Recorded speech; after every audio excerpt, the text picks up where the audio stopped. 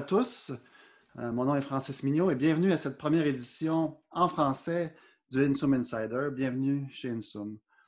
À cause de la situation actuelle avec le COVID-19, on a voulu garder cet esprit que nous vivons en multiples conférences APEX. Chez Insum, nous avons beaucoup d'échanges et de discussions sur divers sujets entourant Oracle APEX.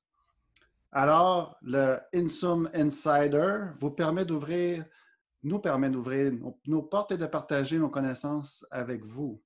Vous pouvez poser vos questions dans la section questions Zoom ou mettre vos commentaires dans le chat, s'il vous plaît. N'hésitez pas.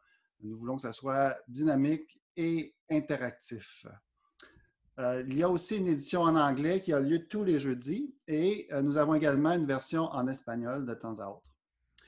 Avec moi aujourd'hui, Michèle Scamet, notre éditrice en chef. Bonjour Michèle. Bonjour Francis, bonjour tout le monde. Ça va bien? Oui, ça va bien, merci. Il fait beau ici, enfin. J'ai l'impression que le printemps est arrivé, alors je suis très Ah, contente aujourd'hui. finalement, le Oui, printemps est là. Michèle, tu es notre éditrice en chef. Tu t'occupes de tout ce qui touche le contenu de Insum Insider. Beaucoup de travail, mais vraiment un beau travail. On voit qu'il y a beaucoup de choses qui se produisent ces derniers temps. Espagnol, anglais, français, invités spéciaux. Vraiment, c'est quelque chose. oui, c'est bien. Je pense qu'on a de la chance chez Insum d'avoir des personnes de différentes nationalités qui parlent différentes langues. Alors, je suis très contente de pouvoir offrir du contenu dans différentes langues. Alors, j'espère que les gens apprécient. Nous avons aussi avec nous aujourd'hui Marc Ruel, notre réalisateur, qui s'occupera de nous garder dans les temps et de suivre vos commentaires et questions. Bonjour Marc. Bonjour Francis et bonjour à tous. Alors, Michel, est-ce que tu voudrais faire un petit tour d'horizon de notre plateforme, vu que c'est notre première édition en français, peut-être de parler un petit peu de notre plateforme Insum Insider, comment ça fonctionne? Oui, tout à fait, avec plaisir.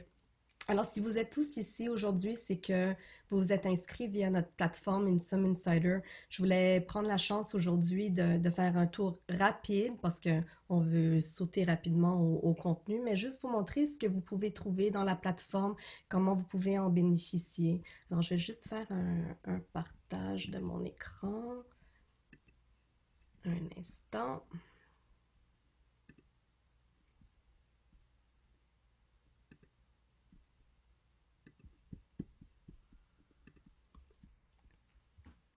Est-ce que vous voyez mon écran Oui. Insum Insider? Oui, OK.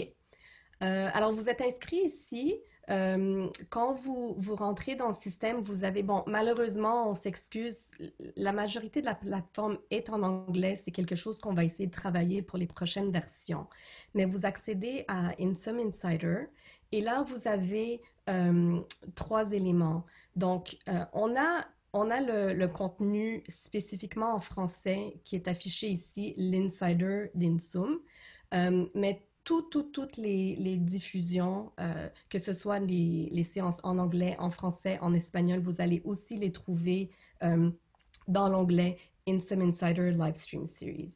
Donc, en cliquant dessus, que ce soit ici ou ici, vous voyez l'horaire au complet de nos épisodes. Donc, comme Francis a dit, on en a eu déjà plusieurs en anglais. Aujourd'hui, c'est le premier épisode en français.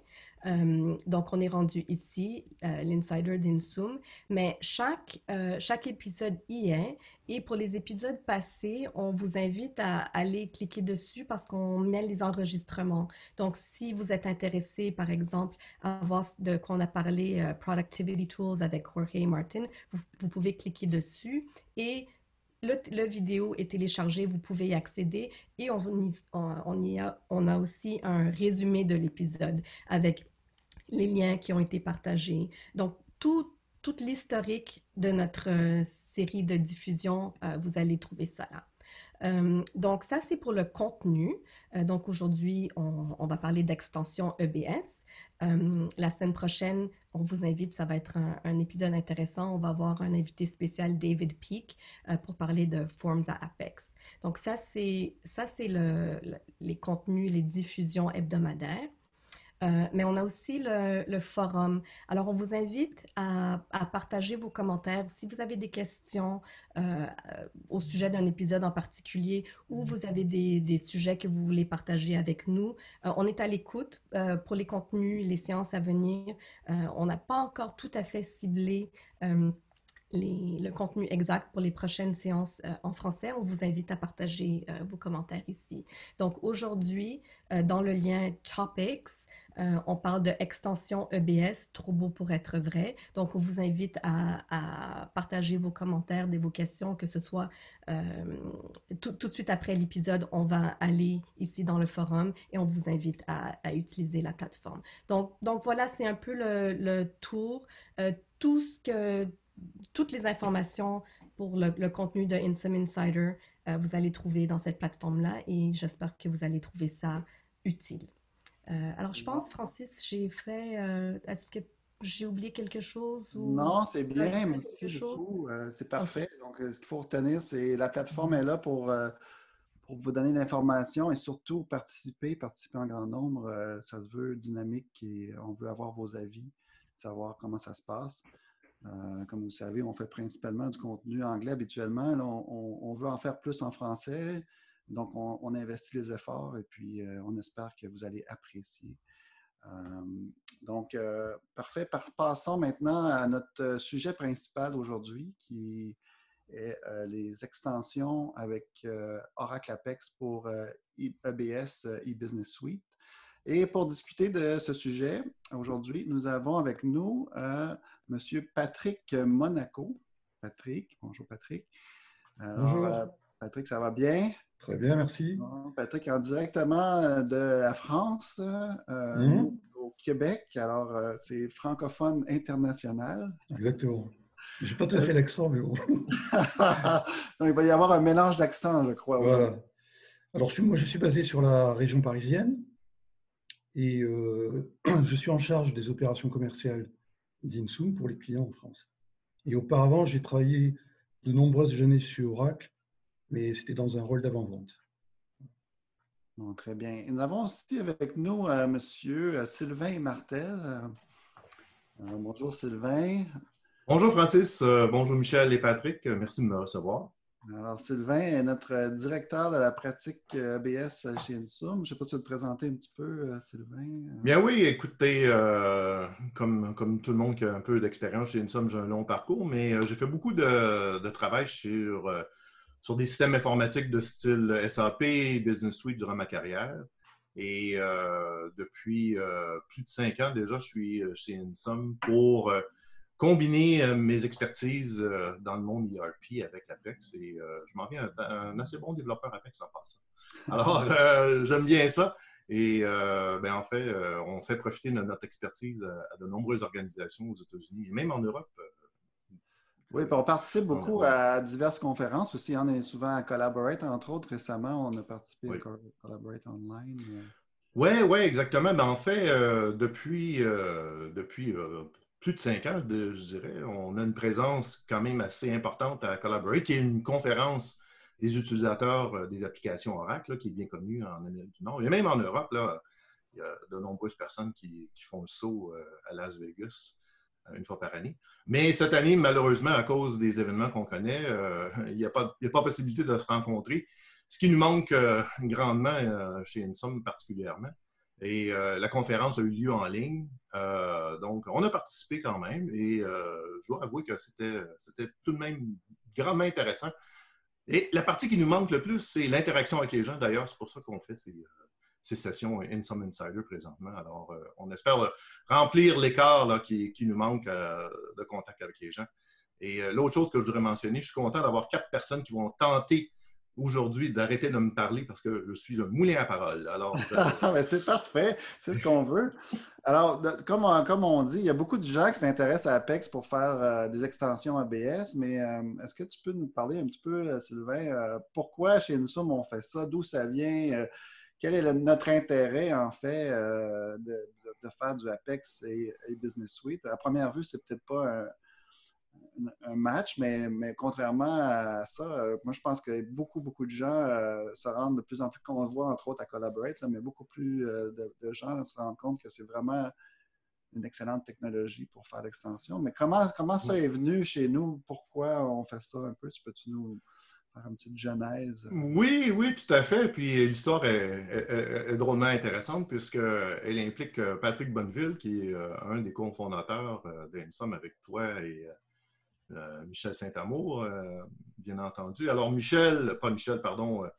Patrick a fait une visite à Collaborate, dont on parlait tout à l'heure, et s'aperçoit qu'il y a beaucoup d'intérêt justement dans Apex, même à l'époque, il y a 5 ans. Puis qu'il y a des gens des organisations qui ont EBS qui s'aperçoivent que les outils de développement de la plateforme sont un peu vieillots, puis ils cherchent quelque chose pour améliorer, un peu moderniser, si on veut.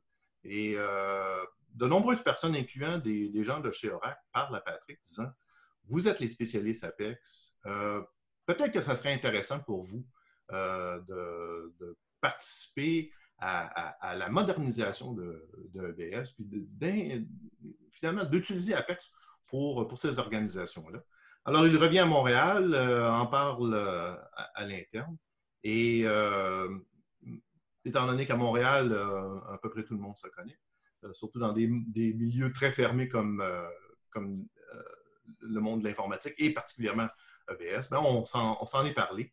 Et j'ai joint Ensom pour les besoins de voir ce qu'on pouvait faire avec Apex dans le monde EBS. Et tranquillement, on s'est aperçu qu'il y avait un très bon potentiel et que vraiment Apex pouvait commencer à aider les organisations qui avaient EBS à se moderniser et à développer des trucs qui étaient un peu à part, qui font dans des processus métiers ou des processus d'affaires pour lesquels il manque des trucs pour lesquels on fait des Excel, on met sur un bout de papier. Bien, Apex peut peut-être aider à ce niveau-là pour une plateforme de développement rapide et simple à utiliser. Donc, c'est un peu ça, grosso modo, en quelques mots, la raison pourquoi on a commencé à s'intéresser à Apex chez Ensom.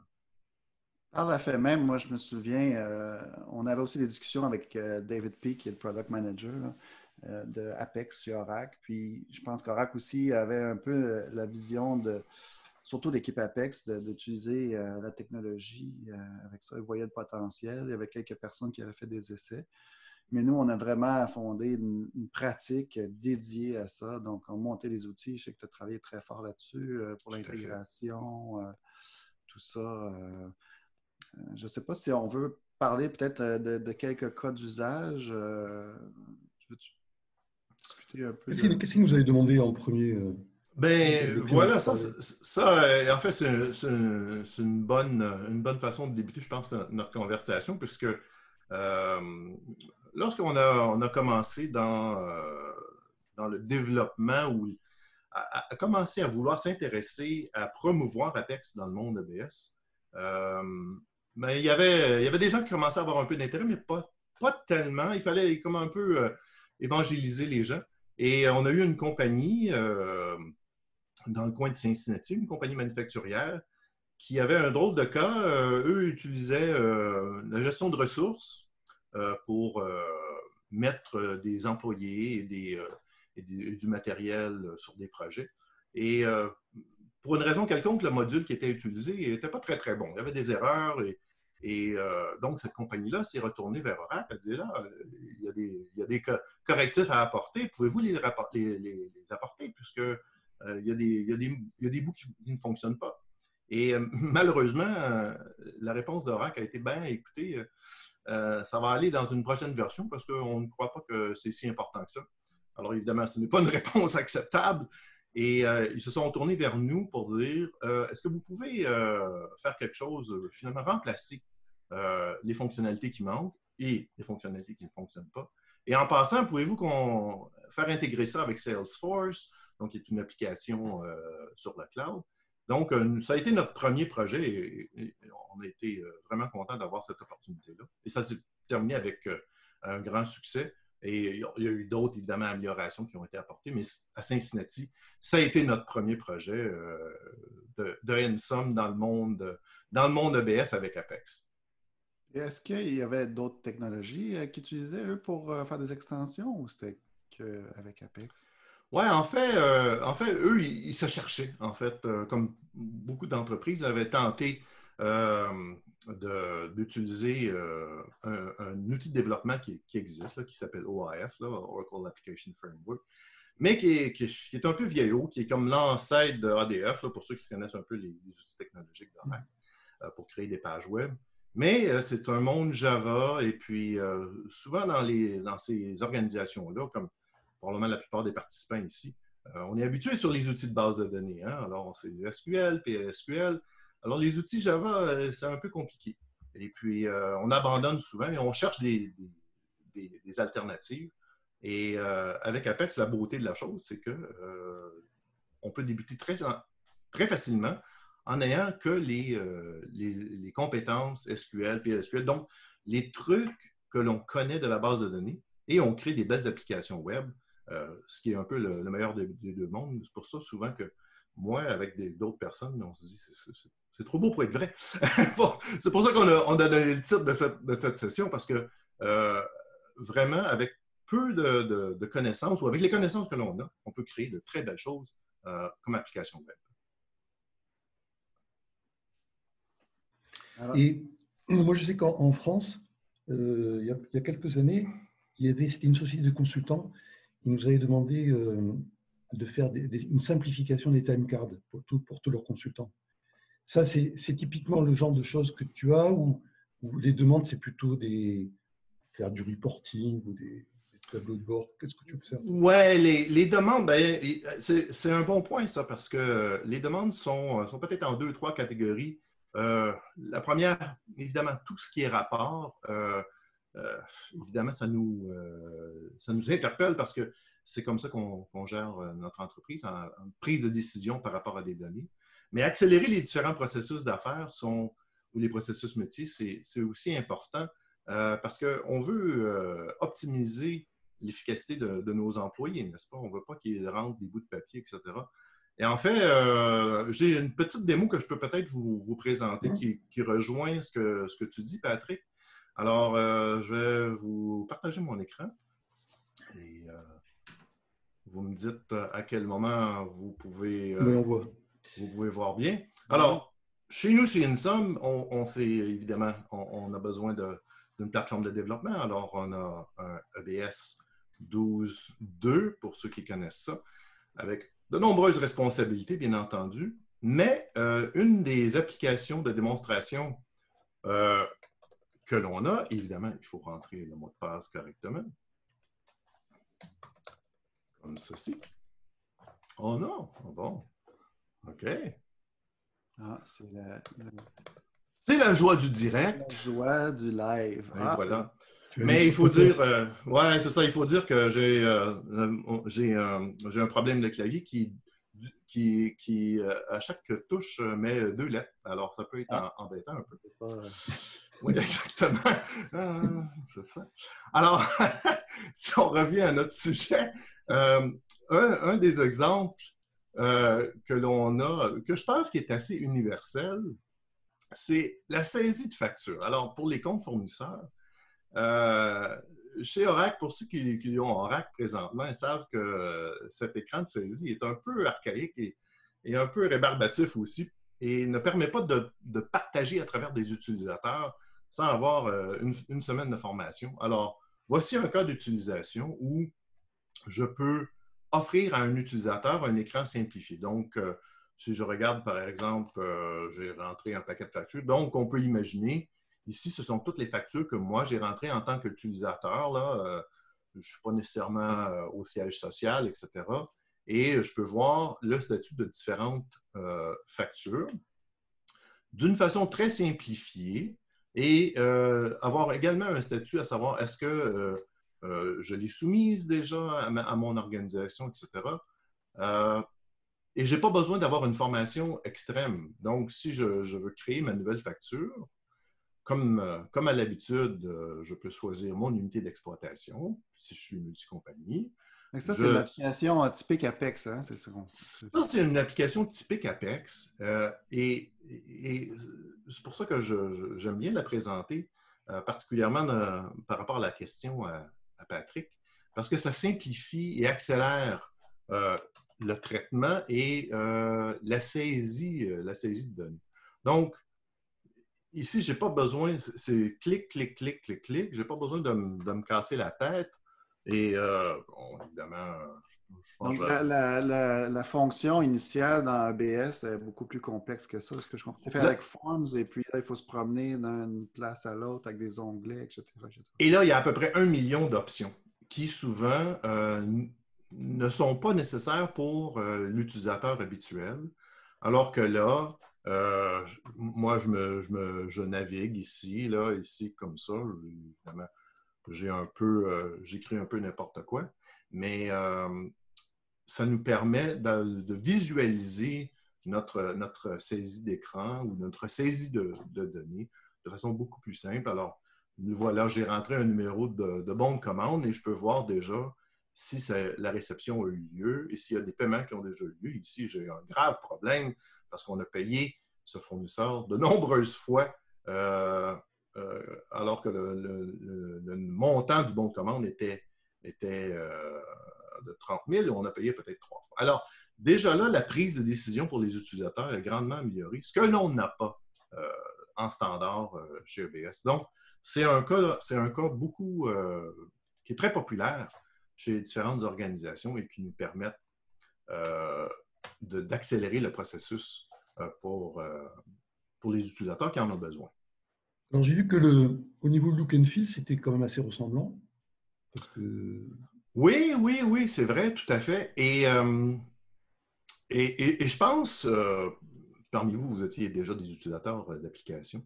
Je pense que les organisations aiment bien s'assurer que les utilisateurs soient confortables, à l'aise à l'intérieur d'une application.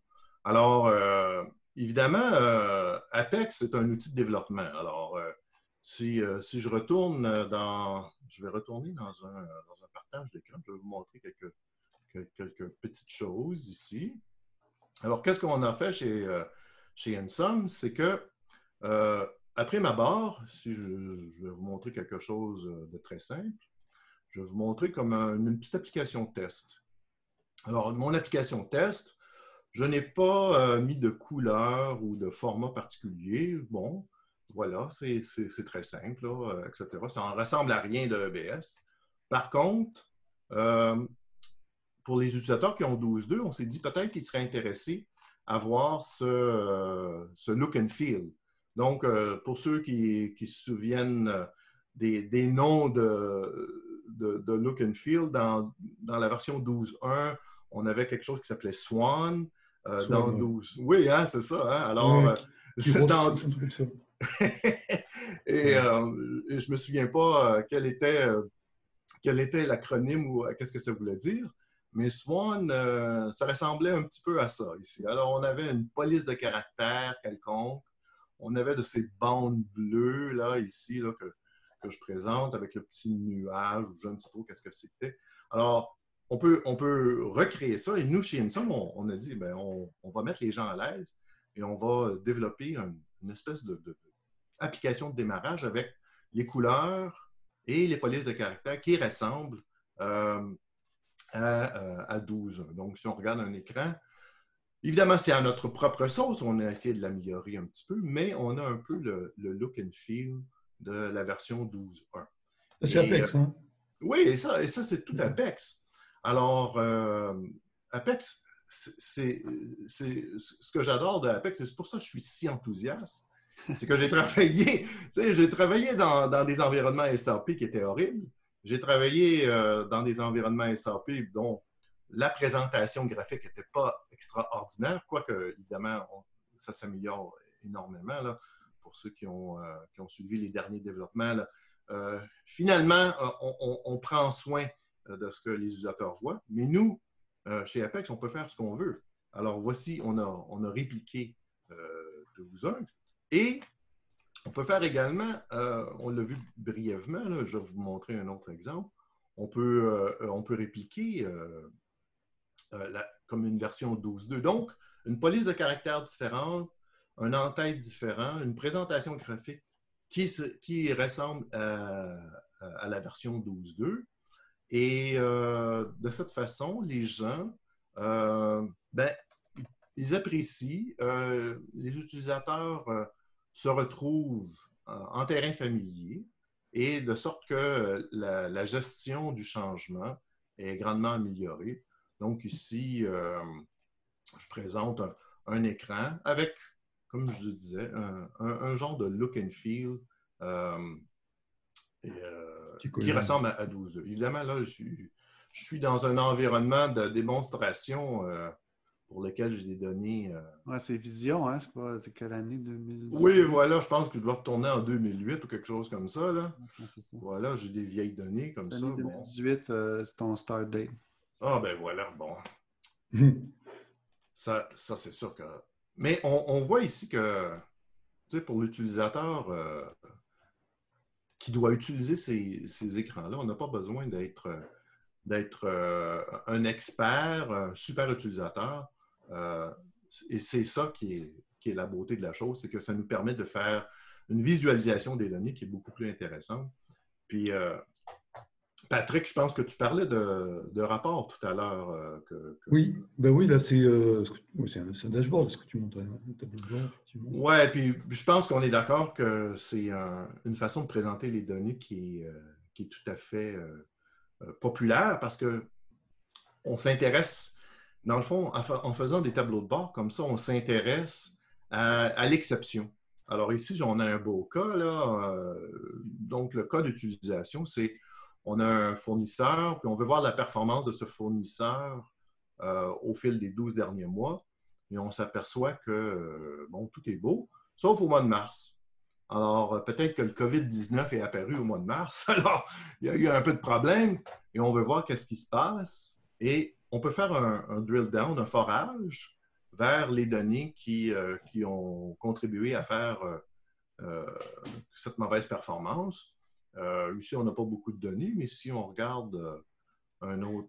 Sylvain, en même temps, tu attaques les données directes de l'iBusiness Suite ou tu opères sur une copie? Comment ça se passe?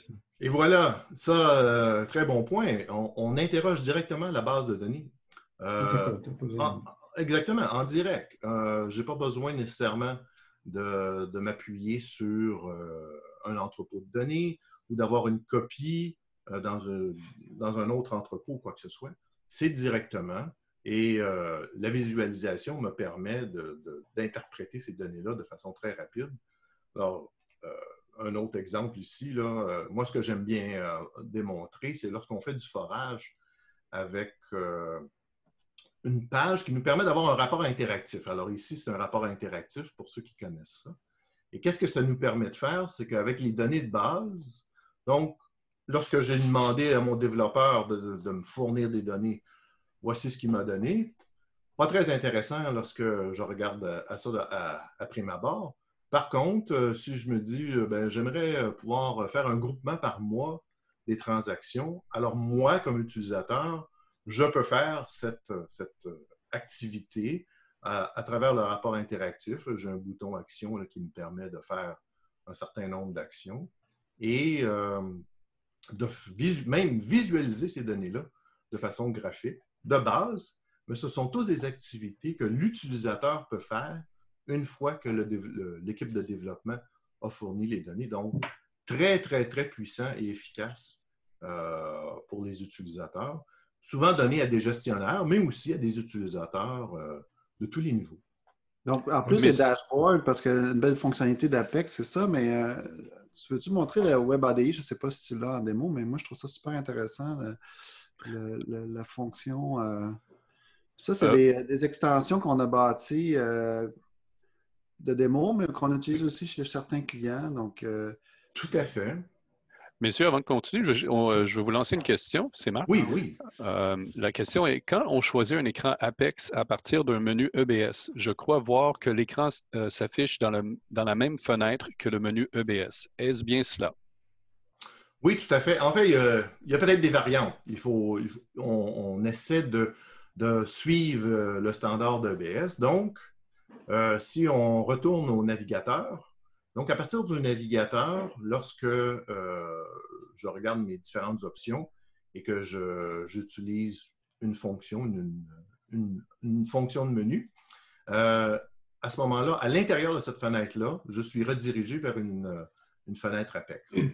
Si j'utilisais ou même si j'appelais, pardon, cet écran-là à partir d'un écran de type Forms, à ce moment-là, étant donné que c'est une page HTML, une nouvelle page s'afficherait pour l'application Apex.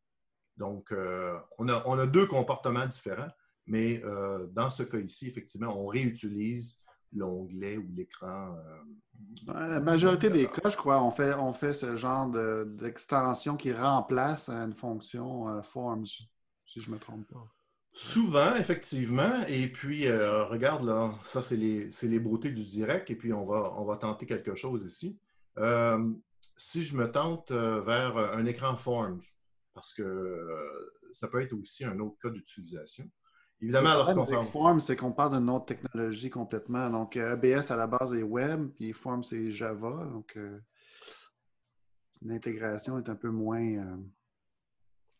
Oui, c'est un peu moins, comment dirais-je, intégré, hein, excusez l'expression, mais on va voir de quoi il en retourne ici. Donc, si je m'en vais dans un écran d'utilisateur, bon, voilà, et que j'appelle mon utilisateur S-Martel, qui est moi, bien sûr, et voici un autre cas qu'on peut utiliser, à savoir, je suis dans un écran Forms, mais j'aurais aimé avoir un peu plus de renseignements lorsque j'interroge cet écran-là sur cet utilisateur, qu'est-ce qu'il fait.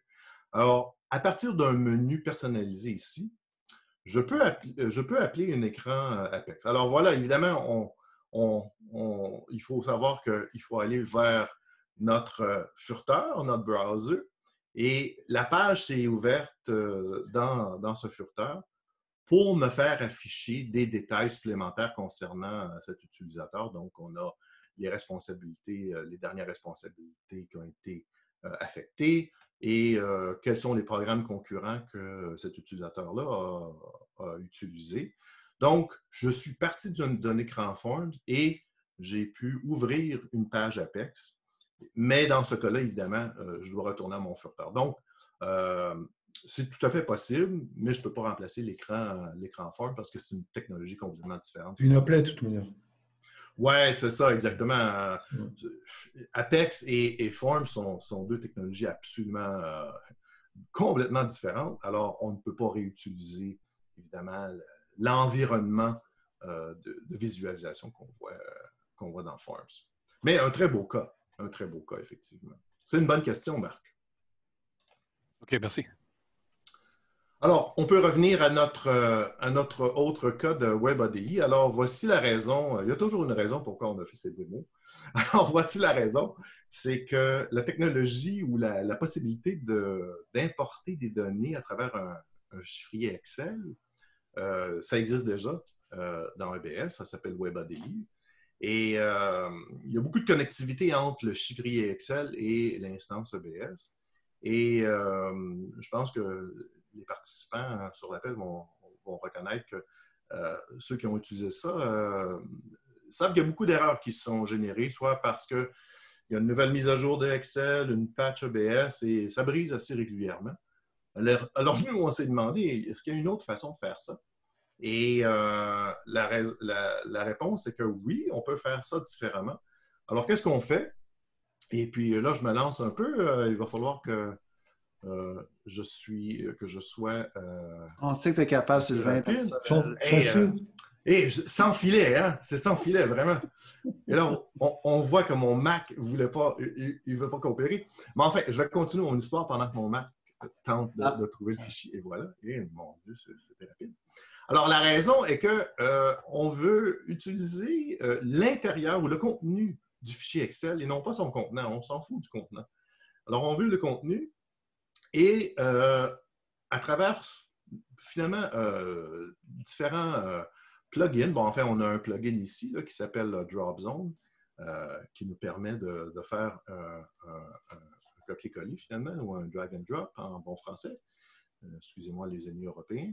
Et essentiellement, qu'est-ce qu'on va faire? C'est qu'on va lire l'intérieur, le contenu du fichier Excel et importer, dans ce cas-là, une transaction du grand livre vers le grand livre pour être prêt à être enregistré.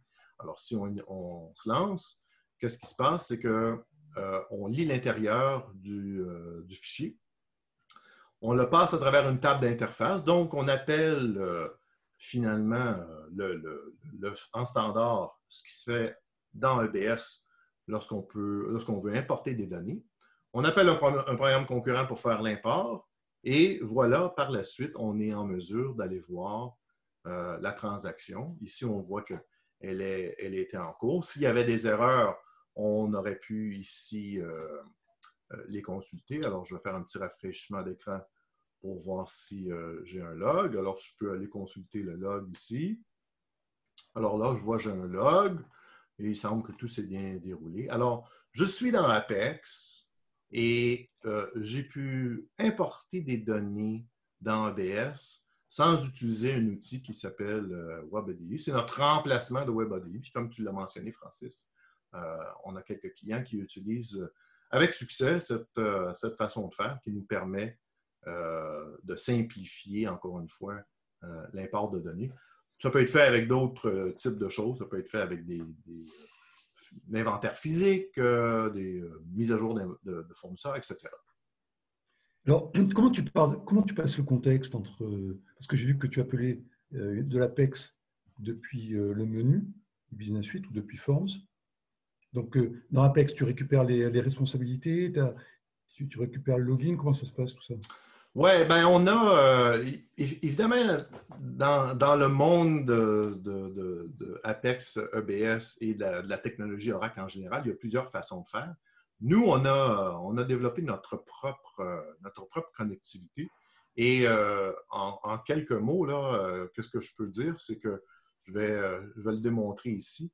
C'est que lorsque nous avons notre lien qui est fait dans EBS.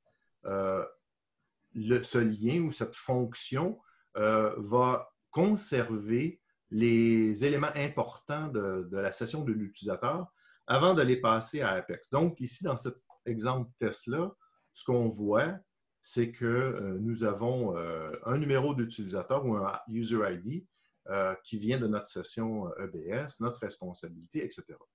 Et quelques options de profil qui nous permettent de recréer le contexte d'EBS, ce qui est bien important ici parce que, comme tout le monde sait, il y a une sécurité importante qui est définie dans EBS et il faut la recréer dans Apex.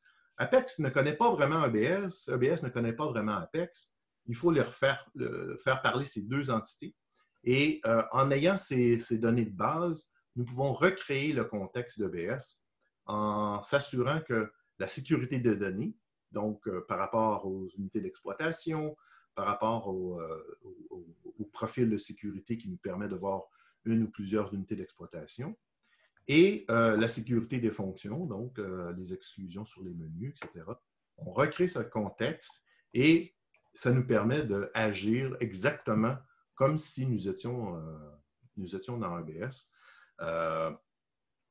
De sorte que Apex devient une extension en bonne et due forme de EBS pour pouvoir faire toutes les opérations possibles et imaginables.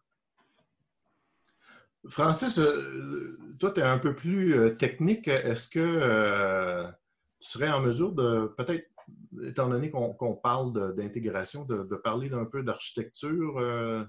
Oui, si on peut tomber dans une petite portion plus technique. En fait, je pense que ce qui est intéressant ou important de mentionner, c'est que tout ça, c'est supporté par Oracle, n'est-ce pas? C'est Oracle même qui a produit un white paper à propos d'intégration. On est parti de ça, n'est-ce pas? Oui. Oui, puis la dernière version, j'ai eu le plaisir de contribuer avec David Peake à ce white paper pour s'assurer de toujours le mettre à jour et d'être au parfum et d'aider le plus possible la communauté, en fait, Apex.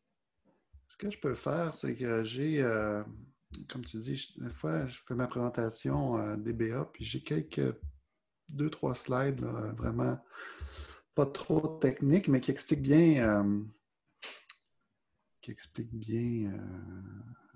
Donc, ce que je peux faire, attends une seconde. Est-ce que tu vois mon écran complet ou tu vois que mon présentation? Le slide. Ouais. C'est On bon, voit hein? le slide. Oui. Donc, la façon que ça fonctionne, puis là, Sylvain, tu interviens quand tu veux. C'est toi l'expert ici. Je te laisse aller, je crois que tu vas bien faire ça. Donc, ce qu'on voit dans la partie du haut, c'est vraiment une installation ABS typique. On a notre partie du centre, notre middle tier, qui est notre serveur applicatif WebLogic, dans lequel on installe notre e-business suite, puis notre base de données dans laquelle on a notre fameux schéma apps et notre schéma XX pour les extensions, justement. Donc, quand on vient mettre Apex dans l'environnement e-business suite, on installe Apex, en fait, dans la base de données. Donc, je prends pour acquis que tout le monde qui nous suit chez Insum ont des connaissances de base Apex, mais Apex s'est installé dans la base de données. Et il y a une composante qui permet de faire les accès base de données qui s'appelle ORDS, donc la portion du bas ici. Donc, on doit déployer ORDS sur un autre serveur d'application. Bon. La question vient souvent, est-ce qu'on veut le mettre sur le même WebLogic? Pour l'instant, ce n'est pas supporté, je crois, Sylvain, ou ça a changé, ça? Non, ce n'est pas supporté encore. On attend toujours un changement de direction de la part d'Oracle, mais pour le moment, il faut avoir ça de façon séparée. Donc, on le met séparé, mais moi, je préfère ça aussi parce que ça ne vient pas impacter l'installation actuelle des Business Suite. Et puis, on déploie notre ORDS, ce qui permet de simplifier les mises à jour. Donc, quand on fait une mise à jour de Business Suite, on ne vient pas impacter l'installation Apex. Et inversement, donc quand on a des versions d'Apex, comme on sait, il y a beaucoup de versions d'Apex qui se font durant l'année. Au minimum, je crois que c'est 2 versions maintenant. Donc, il y a un roulement rapide des versions Apex. On ne veut pas attendre d'avoir une patch et Business Suite, puis faire tout le cycle, etc., etc. Donc, on est capable, avec une installation comme ça, de mettre à jour Apex rapidement et de bénéficier des nouvelles fonctionnalités. Par exemple, il y a 20.1 qui vient de sortir avec les Faceted Search ou des trucs comme ça. Donc, beaucoup plus facile de passer aux prochaines versions, corriger les bugs s'il y en a ou d'améliorer la sécurité. Et inversement, pour ABS, si on fait la majorité de nos extensions dans Apex, ça a moins d'impact sur nos patchs et Business Suite. Donc, on peut patcher Business Suite sans trop se soucier des fonctions. Ouais. Les patchs, il n'y a aucun impact sur les patchs technologiques. Évidemment, s'il y a des API qui sont modifiés ou des vues ou des tables, évidemment, il faut faire des tests de régression, mais au point de vue technologique, il n'y a aucun chevauchement, comme tu le dis.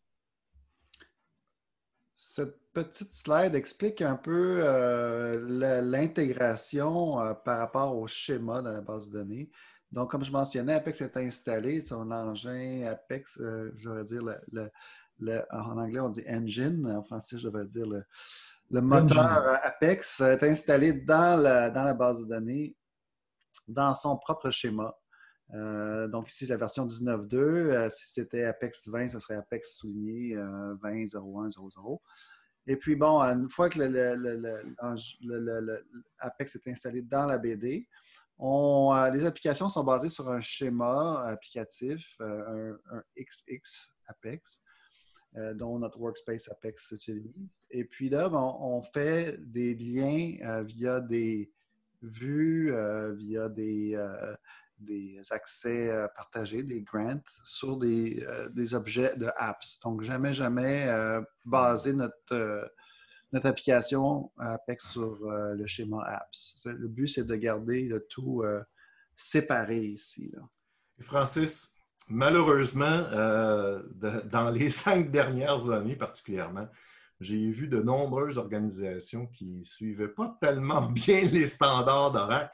Et lorsqu'arrivent des upgrades ou des mises à jour technologiques, ça vient impacter le travail à faire. Alors, c'est une recommandation simple de la part d'Oracle, mais qui aide grandement au bout du compte là, à long Ouais, terme. je Parce crois que, que la clé du succès est là vraiment, c'est d'être capable de garder les deux intégrés, mais en même temps détachés d'une certaine façon pour s'assurer de cette capacité de mettre à jour un ou l'autre, puis de ne pas trop avoir les deux technologies trop interreliées parce que ça cause d'autres problèmes. Comme on le sait avec Forms, entre autres, je suppose que quand on a une patch, ça prend la patch EBS, il faut faire tout le cycle. Dans le cas d'Apex, si on garde tout ça bien séparé comme ça, on minimise les impacts. oui. Alors, lorsqu'il y a des patchs de type ATG ou de base, qu'il faut recompiler toutes les forms ou les PLL qui sont du code partagé, etc., on n'a pas à faire ça avec Apex. C'est complètement séparé. Et étant donné que pour les utilisateurs d'EBS, EBS va être là pour encore un bon bout. Là. EBS a été garanti, d'ailleurs, Cliff Godwin, à la dernière conférence au UG, ou le Collaborate Online, si on veut, a annoncé que Oracle e-Business Suite, la version 12.2, bien entendu, était pour être supporté jusqu'en 2031.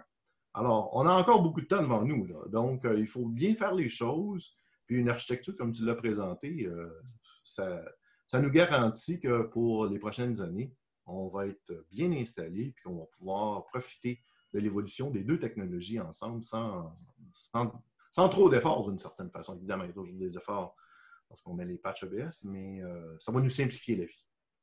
Messieurs, on a une autre question qui est rentrée. Oui. La question est, la plupart des vues EBS sont sécurisées. Comment, au niveau des applications Apex, vous octroyez ces autorisations? Et là, évidemment, on aurait pu rentrer un peu dans du détail un peu plus technique. Ce qu'on peut tout simplement dire, c'est lorsque j'ai présenté cet écran où il y avait les différents User ID, Responsibility ID, puis les options de profil, on utilise ces renseignements de base pour recréer le contexte d'EBS à l'intérieur de Apex. Donc, pour les plus techniques d'entre nous, là, des apps initialized, des MO Global, les init, etc., vont être utilisés pour refaire le contexte d'EBS, de sorte que lorsqu'on utilise ces vues qui sont sécurisées par MAOC, Multi-Org Access Control, bien, on est dans le même contexte. Donc, si je peux voir cette unité d'exploitation-là ou cette autre unité d'exploitation-là, j'ai recréé le contexte de EBS dans Apex et je peux voir les mêmes données de la même façon. Et ça, c'est pour la sécurité des données. Et pour la sécurité des fonctions, bien, on lie les fonctions qui sont attribuées à cette responsabilité et on peut l'assigner à n'importe quel objet dans Apex, que ce soit un bouton, une région, un champ. Et de cette façon-là, une responsabilité de superviseur ou une responsabilité de commis pourrait avoir des fonctions différentes qui s'affichent à un utilisateur, un bouton d'approbation, par exemple, ou des données confidentielles de monétaires ou valeurs quelconques. Donc, notre intégration que l'on a fait EBS Apex chez InSum recrée complètement le contexte pour pouvoir satisfaire les besoins de vues sécurisées. Et on passe toujours par des vues pour accéder, c'est-à-dire qu'on a une couche, un fond du XX Schema, on n'accède jamais directement à ce qui est de app, si je me trompe bien. Ben, en fait, ce qu'il faut être bien prudent, c'est une meilleure pratique, en fait. C'est de ne pas donner à ce schéma XX, ou un schéma personnalisé, l'ensemble des objets qui viennent de apps, mais plutôt des encapsuler dans des objets personnalisés. Donc, par exemple, cette vue-là, je donne un exemple, AP Suppliers. Bien, je serais peut-être tenté de créer ma propre vue XX AP Suppliers et celle-là, la donner en accès au schéma XX, de sorte que si dans une mise à jour future, cette vue AP Supplier change, et qu'il y a une modification à faire, mais je la fais cette modification-là, dans la vue que j'ai moi-même encapsulée dans un objet personnalisé. Et je me protège un peu de changements qui auraient lieu dans EBS, puisque à ce moment-là, j'ai peut-être une quinzaine d'applications Apex, et je ne veux pas retourner dans les 15 applications Apex pour pouvoir faire mon changement, mais centraliser dans la base de données un changement à faire pour que l'ensemble de mes applications soit impacté. Donc, La c'est même chose un avec découplage. Quand on fait des mises à jour, tu passes par le Concurrent Manager, si je me trompe. Oui, et encore une fois, lorsqu'on fait des applications Apex dans le monde EBS, il faut être complètement en accord avec le standard de développement. Donc, effectivement, passer à travers des tables d'interface ou des API qui sont publiques EBS, c'est la clé pour pouvoir avoir des applications qui, dans le temps, vont pouvoir évoluer facilement. Alors, moi, j'ai plein de questions aussi qui me viennent à l'esprit. Allez, on est là pour ça! Il nous reste, il nous reste 10 minutes, mais quand même, une question qui me vient à l'esprit, c'est au niveau du online patching de 12.2. Bon, est-ce que ça fonctionne? Est-ce que si je dois cloner mes environnements aussi, comment ça fonctionne? Est-ce que c'est un gros impact? Peux-tu nous parler un petit peu de ces deux choses? Oui, tout à fait. Ce sont deux excellentes questions parce qu'évidemment, on a un bon nombre d'organisations qui ont, par exemple, EBS 12.1 présentement, qui devront faire le pas vers la version 12.2. La version 12.1 n'étant plus supportée à partir de décembre 2021. Donc, pour les organisations qui veulent demeurer dans EBS, il faudra faire le pas.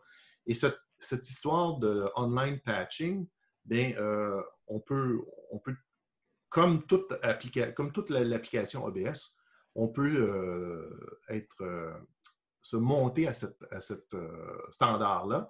Donc, pour Apex, ce n'est pas un problème. Il s'agit que dans notre schéma XX ou personnalisé, peu importe comment on l'appelle, de monter ce schéma de façon éditionnée. Et par la suite, nos applications peuvent accéder à des vues éditionnées qui sont de la même façon que l'application standard EBS s'exécute et être tout à fait en standard avec EBS. Donc, il n'y a vraiment aucun problème. Il s'agit juste de s'assurer que nos standards de développement soient en ligne avec ce que Oracle recommande pour 12.2, mais Apex n'a aucun problème à suivre le pas.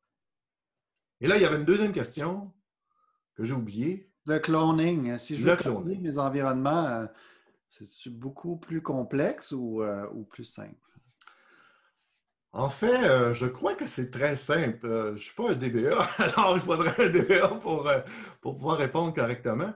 Mais en fait, c'est très simple puisque lorsqu'on clone la base de données, et il faut comprendre que Apex, toutes les applications de Apex vivent dans la base de données. Il n'y a pas de fichiers qui sont séparés, ou on fait très peu, là, dépendant du cas, mais à la base, les applications vivent dans la base de données. Donc, lorsqu'on fait un clone, elles se retrouvent déjà clonées à la base. Évidemment, le seul élément qu'on pourrait mentionner là, concernant les clones, c'est faisant partie de notre intégration ABS Apex, il y a quelques éléments à changer pour pouvoir dire, bien maintenant, il faut rediriger vers l'application qui se retrouve sur votre instance dev ou test et non pas prod, mais ce ne sont que des URL pour lesquels le DBA peut, avec un script, changer très facilement. C'est sur ORDS qu'il faut changer. Exactement. Soit sur ORDS et également sur notre concept de partenariat que l'on a pour l'intégration entre EBS et Apex. Mais ce sont une activité ultra simple qui peut être scriptée dans un fichier, dans un script SQL que le DBA peut exécuter en post-clone. Donc, ce n'est vraiment pas un problème et ça facilite pour le DBA l'exécution du clone pour les instances EBS à cloner. Donc, messieurs, c'est très intéressant. Avez-vous un mot de la fin, Patrick ou Sylvain, quelque chose à mentionner? Moi, je me disais que finalement, avec Apex, là, on fait des extensions sur la Business Suite, mais cet outil, on peut très bien l'utiliser également pour faire des extensions sur l'autre version qui s'appelle le ERP Cloud, puisque désormais Apex peut manipuler des API REST. C'est un très bon point. C'est un très bon point, effectivement, pour ceux qui ont, d'ailleurs, pour ceux qui ont eu la chance de participer à cette conférence au ATUG en ligne. Nous avons fait une présentation qui montrait une preuve de concept de Apex à l'intérieur de Fusion, si on peut dire. Puis Fusion, là, pour ceux qui ne le connaissent pas, c'est le ERP sur le cloud d'Oracle. Et c'est un SaaS. Alors, par défaut, il n'y a pas possibilité de personnaliser ou d'extensionner. Mais grâce à la base de données Autonomous Database d'Oracle et Apex, qui est déjà installée sur Autonomous, on est en mesure de faire parler Fusion et Apex avec des services web, comme tu l'as mentionné, Patrick, et en bonus, d'avoir une base de données sur laquelle on peut ajouter des données. Donc, c'est de parler avec Fusion et d'avoir une conversation de la même façon que l'on a avec EBS et d'avoir une base de données pour des renseignements supplémentaires que l'on peut faire. Tout ça, encore une fois, en utilisant Apex, qui est le même Apex que l'on utilise sur EBS. Donc, pour ceux qui développent en Apex sur EBS et qui pensent aller sur Fusion éventuellement, ben, on peut prendre cette plateforme et l'amener sur le cloud sans problème. Donc, pour le futur, je crois que c'est une plateforme qui a beaucoup d'avantages pour, dans le fond, réutiliser cet investissement-là lorsque le pas sera fait vers le ERP SaaS. Bon, ben, merci, messieurs. Ça fut très intéressant. La conversation peut se continuer sur notre forum, n'est-ce pas, Michel? Oui, tout à fait. Déjà, il y a eu quelques commentaires. Alors, je vous invite à aller sur le forum pour continuer la conversation. En tout cas, moi, je vous remercie beaucoup. J'ai trouvé ça super intéressant. Dans le contexte de ce programme, on essaye, dans la mesure du possible, d'avoir des séances un peu plus, comment dire, conversational. On essaye d'avoir plus des conversations que trop de présentation seulement. C'est plus une discussion. Notre format se veut plus ouvert un peu. Hein? Plus ouvert. Moi, c'était la première fois en fait que je voyais notre produit, nos extensions EBS. Alors, moi ça m'a permis d'en apprendre un peu plus sur nos services. C'est très bien. Alors, je vous remercie beaucoup. C'était vraiment une belle présentation. On a entendu le nom David Peak quelques fois pendant la conversation aujourd'hui. Je vous invite ceux qui sont intéressés à assister jeudi. On a notre séance en anglais avec David Peak. On va parler de Forms à Apex. Peut-être une séance qu'on essaiera de faire en français. Oui, ça serait bien de le faire en français. Parce que je vois en France, il y a beaucoup de clients et de sociétés de services qui ont développé des logiciels, voire des progiciels avec du Forms. Donc en France, c'est tout à fait d'actualité. OK, très bien. On a plein d'idées pour le contenu francophone. On va parler d'ApexCL, entre autres. Pour ceux qui ne le savent pas, on a un outil qui est présentement gratuit jusqu'au mois d'octobre pour la gestion des sources, en fait, faire une extraction de vos applications Apex. On a des discussions. Je vous invite à regarder les contenus en anglais. Si vous avez des suggestions de contenu, des trucs que vous voulez entendre parler d'eux.